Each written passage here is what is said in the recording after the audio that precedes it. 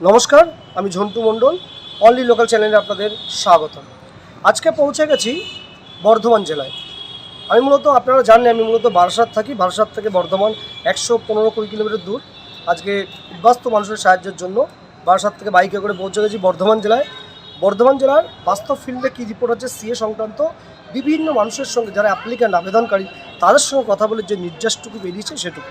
তার আগে বলে দিই, আজকে বর্ধমান জেলায় যেখানে সিএ হিয়ারিং হচ্ছে বর্ধমান ওই কার্জন গেটের সামনে সুপারিনটেন্ডেন্ট অফিস, সেটা কার্জন গেটের পাশে যে পোস্ট অফিস সেটা নয়, কোর্টের পাশে যে সুপারিনটেন্ডেন্ট অফিস আছে পোস্টের, সেখানেই মূলত হিয়ারিং হচ্ছে। বিভিন্ন লোকের সঙ্গে আলোচনা করে যারা আবেদনকারী তাদের সঙ্গে আলোচনা করে একটা তথ্য পাওয়া গেছে যে উদ্বাস্তু মানুষের সার্টিফিকেট কিন্তু এখান থেকে হচ্ছে।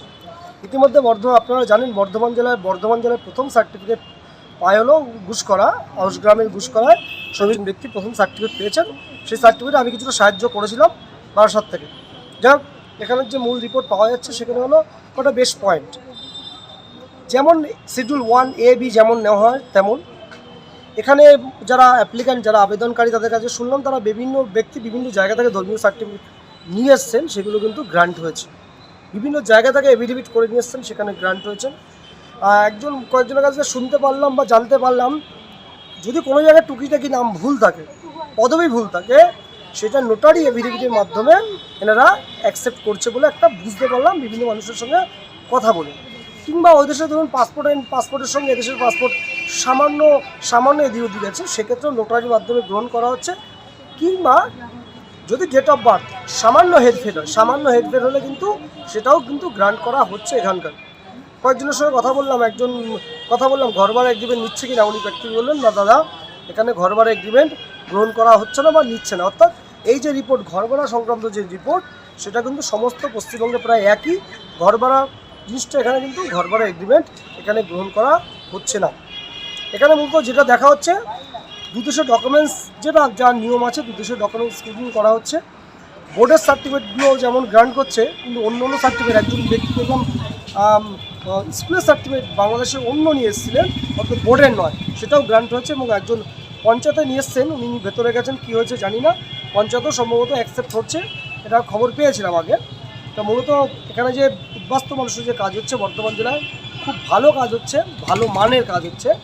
এখানে যারা আবেদনকারী এসছেন, দূর দূরান্ত থেকে যারা আবেদনকারী এসছেন তারা বেশিরভাগই হাসি মুখে ফিরছেন, কারণ এই ভারত সরকার যে বাংলাদেশের উদ্বাস্তু মানুষের জন্য যে কাজ করছে, বাংলাদেশের হিন্দুদের জন্য যে কাজ করছে, সেই কাজে কিন্তু বর্ধমান জেলারও এই যেখানে ভেরিফিকেশান হচ্ছে সাহেবরা স্যাররা আছেন অতীব সুন্দর ভেরিফিকেশান করছেন। এখানে অ্যাপ্লিকেশান করার পরে কিন্তু খুব দ্রুত ডেট পাওয়া যাচ্ছে, ডেট পেলে মানুষ সহজে আসতে পারছে। এবং হ্যারাসমেন্ট অন্যান্য ডিস্ট্রিক্ট যেখানে উত্তর 24 পরগনা নদিয়ায় হিউজ পরিমাণে অ্যাপ্লিকেশান হচ্ছে, এখানে আমার মনে হলো না যে বিরাট হিউজ অ্যাপ্লিকেশান হয়েছে। তো অ্যাপ্লিকেশান বেশ সংখ্যায় হয়েছে, কিন্তু সেটা উত্তরিক খুব বেশি নয়, মানে উত্তর 24 পরগনা দক্ষিণ 24 পরগনা বা নদিয়া জেলার যেন হিউজ পরিমাণে অ্যাপ্লিকেশান হচ্ছে মনে হলো না সেরকম অ্যাপ্লিকেশান হচ্ছে। তাহলে মোটের মধ্যে শেষ কথা হলো যে বর্ধমান জেলায় যে ভেরিফিকেশান হচ্ছে খুবই ভালো ভেরিফিকেশান হচ্ছে।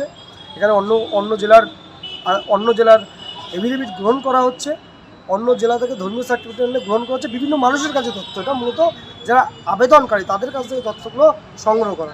আমি মূলত এসেছি এই কারণের জন্য এসেছি, হিন্দু মানুষের জন্য যে ভারত সরকার কাজ করছে, এই ভারত সরকার যে কাজ করছে, ভারতের স্বরাষ্ট্র দপ্তর যে কাজ করছে, একটা পোস্ট অফিসের সমস্ত কাজ বন্ধ করে দিয়ে শুধুমাত্র এই কাজটাকে গুরুত্ব বেশি দেওয়া হচ্ছে। অর্থাৎ হিন্দু মানুষের জন্য যে সরকার ভাবছে চিন্তা করছে সেটা প্রচার করার জন্য, সেটা মানুষের মধ্যে জানানোর জন্য, এই সিএর সুফল দেওয়ার জন্য কিন্তু আজকে শুধু বারাসাতে 120 কিলোমিটার দূর থেকে আমার আশা।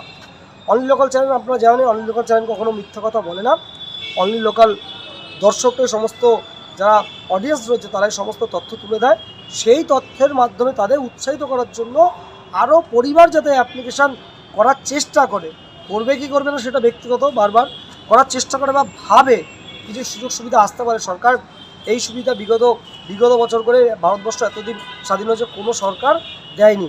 এই নরেন্দ্র মোদী সরকার, বিজেপি সরকার যে সুযোগ সুবিধা দিয়েছে ভারতবর্ষের সরকার, সেই সুযোগ সুবিধা দেওয়ার জন্য উদ্বাস্তু বাঙালি হিন্দুদের বলছি আপনারা ভাবনা চিন্তা করে অ্যাপ্লিকেশান করুন। তবে অ্যাপ্লিকেশান করলে আমার মনে হয় কেউ ঠকবে না। বহু সংখ্যক মানুষ ইতিমধ্যে সার্টিফিকেট পেয়ে গেছে।